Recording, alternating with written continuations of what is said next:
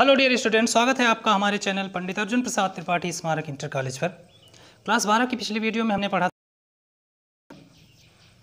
विलयन पार्ट पढ़ रहे हैं। मोल प्रभाज, पीपीएम, आयतन प्रतिशत, सांद्रता में ये सभी चीज़ें हम पढ़ चुके हैं।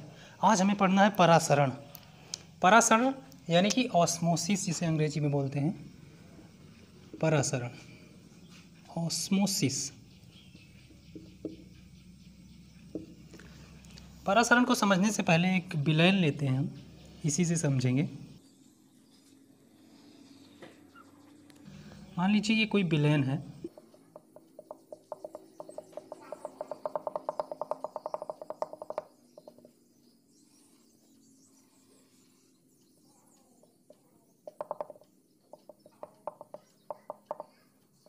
ये हो गया विलयन। अब विलयन में क्या होते हैं, एक हो गया विलेय और दूसरा हो गया विलायक। विलेय और ऊपर की तरफ से ये आ रहा है विलायक, ये ऊपर की तरफ क्या है, विलायक। विलेय और विलायक। तो देखिए हम इससे परासरण समझेंगे कैसे। परासरण की डेफिनेशन क्या होती है, ये देखिए। विलायक के अणुओं का, विलायक के अणु ये हैं और इसमें नीचे क्या है, विलयन है एक, जिसमें विलेय और विलायक दोनों हैं।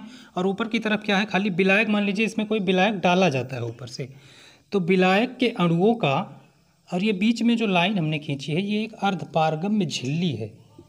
क्या है, अर्धपारगम्य झिल्ली, इसे लिख देते हैं अर्धपारगम्य झिल्ली।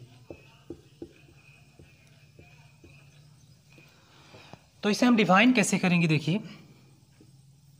विलायक के अणुओं का अर्धपारगम्य झिल्ली, ये हो गया विलायक।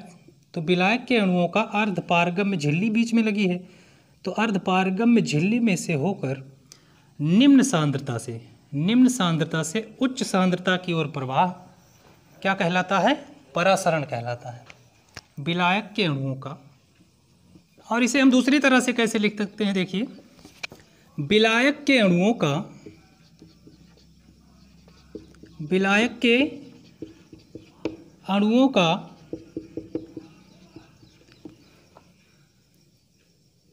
अर्धपारगम्य झिल्ली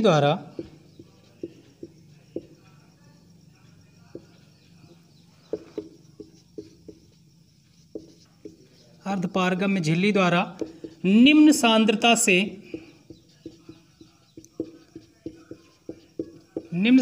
से उच्च सांद्रता की ओर प्रवाह, उच्च सांद्रता की ओर प्रवाह परासरण कहलाता है।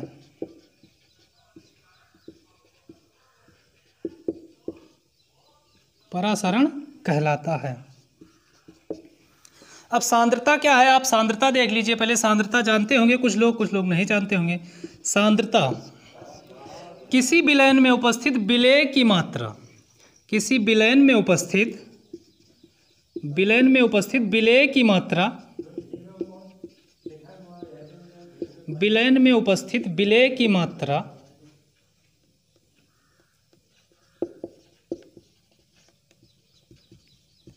उसकी सांद्रता कहलाती है, उसकी सांद्रता कहलाती है। तो देखिए ऊपर की तरफ विलयन में सिर्फ विलायक है, यानी कि इसकी सांद्रता बहुत कम होगी क्योंकि यहाँ पर विलेय है ही नहीं। और नीचे की तरफ विलयन में क्या है, विलायक और विलेय दोनों हैं, तो यहाँ सांद्रता अधिक है। तो हमने लिखा क्या है, विलायक के अणुओं का अर्धपारगम्य झिल्ली द्वारा निम्न सांद्रता से उच्च सांद्रता की ओर प्रवाह, यानी निम्न सांद्रता यहाँ है और उच्च सांद्रता कहाँ है, नीचे की तरफ। तो निम्न सांद्रता से उच्च सांद्रता की ओर प्रवाह क्या कहलाता है, परासरण कहलाता है। इसके बाद हमें पढ़ना है परासरण दाब। परासरण दाब।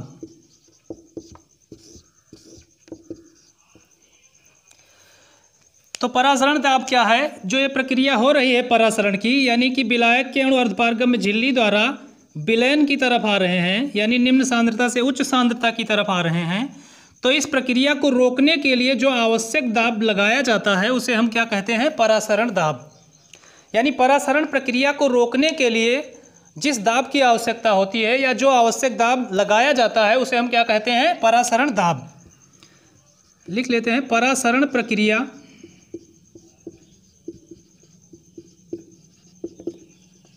को रोकने के लिए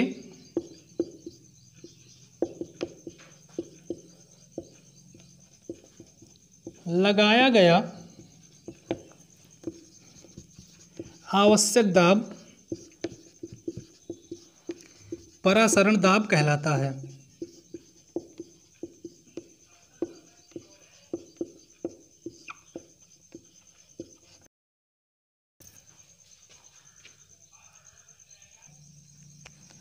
अब इसमें हमने देखा अर्धपारगम्य झिल्ली, तो अर्धपारगम्य झिल्ली क्या है ये भी जान लीजिए। अर्धपारगम्य झिल्लियाँ क्या होती हैं? अर्धपारगम्य झिल्ली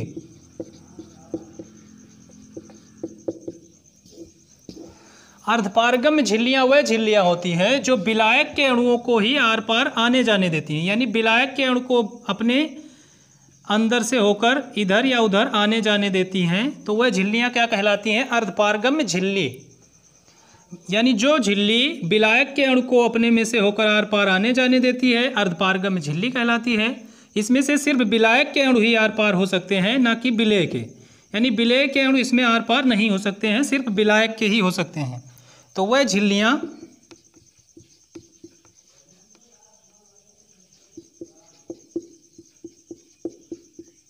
जिनमें विलायक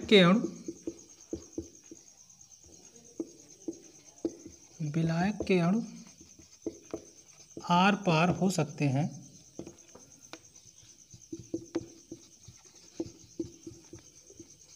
विलेय के नहीं, यानी विलायक के अणु इसमें आर पार हो सकते हैं लेकिन विलेय के अणु नहीं, तो वे झिल्लियाँ क्या कहलाती हैं? अर्धपारगम्य झिल्लियाँ।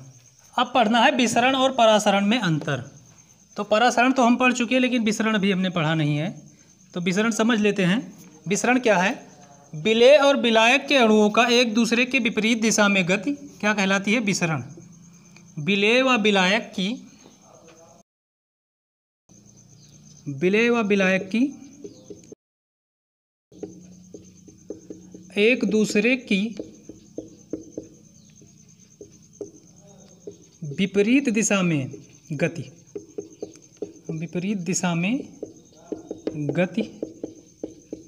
विसरण कहलाती है।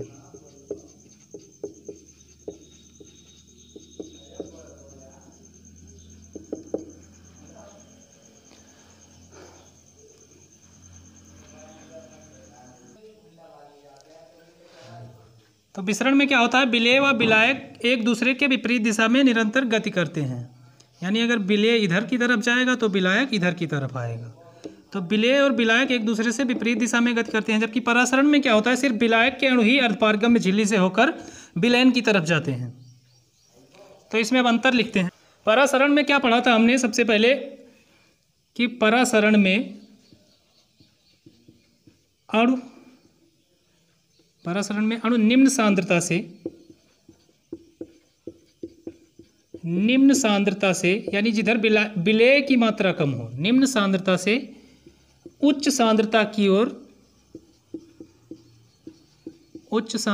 ओर प्रवाहित होते हैं।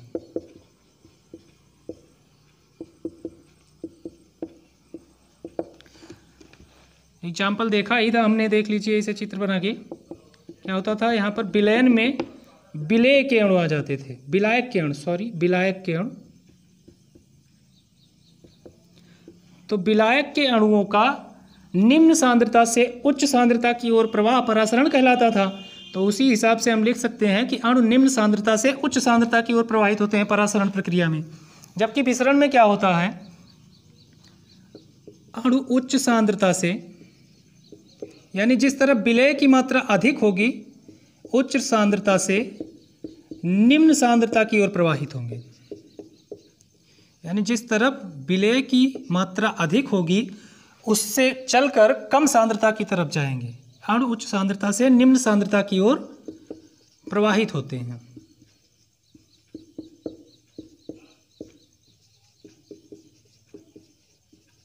ये तो हो गया पहला अंतर।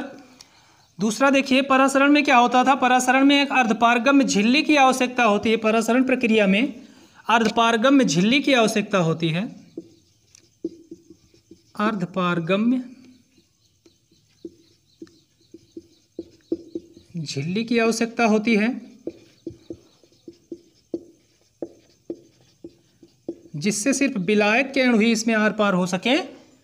जबकि विसरण में क्या होता है, अर्धपारगम्य झिल्ली की आवश्यकता नहीं होती है, अर्धपारगम्य झिल्ली की आवश्यकता नहीं होती।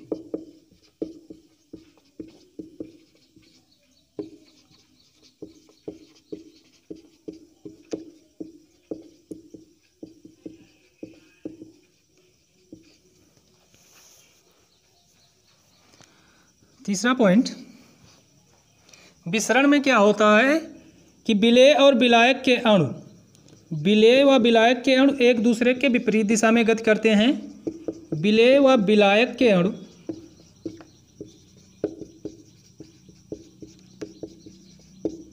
एक दूसरे के विपरीत दिशा में गति करते हैं।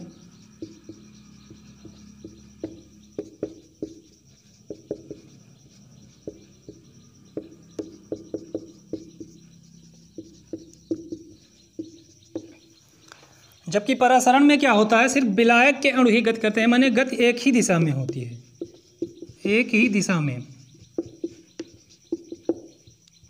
उच्च सांद्रता से निम्न सांद्रता की ओर, उच्च सांद्रता से निम्न सांद्रता की ओर गति करते हैं विलायक के अणु। सॉरी, निम्न सांद्रता से उच्च सांद्रता की ओर, निम्न सांद्रता से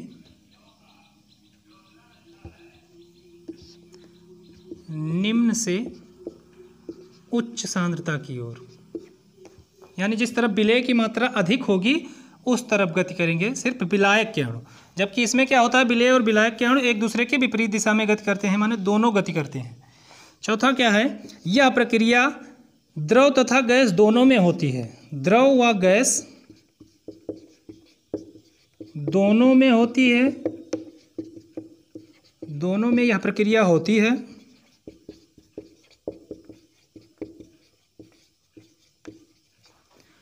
जबकि परासरण प्रक्रिया क्या है, परासरण प्रक्रिया सिर्फ द्रव में होती है, द्रव में ही होती है।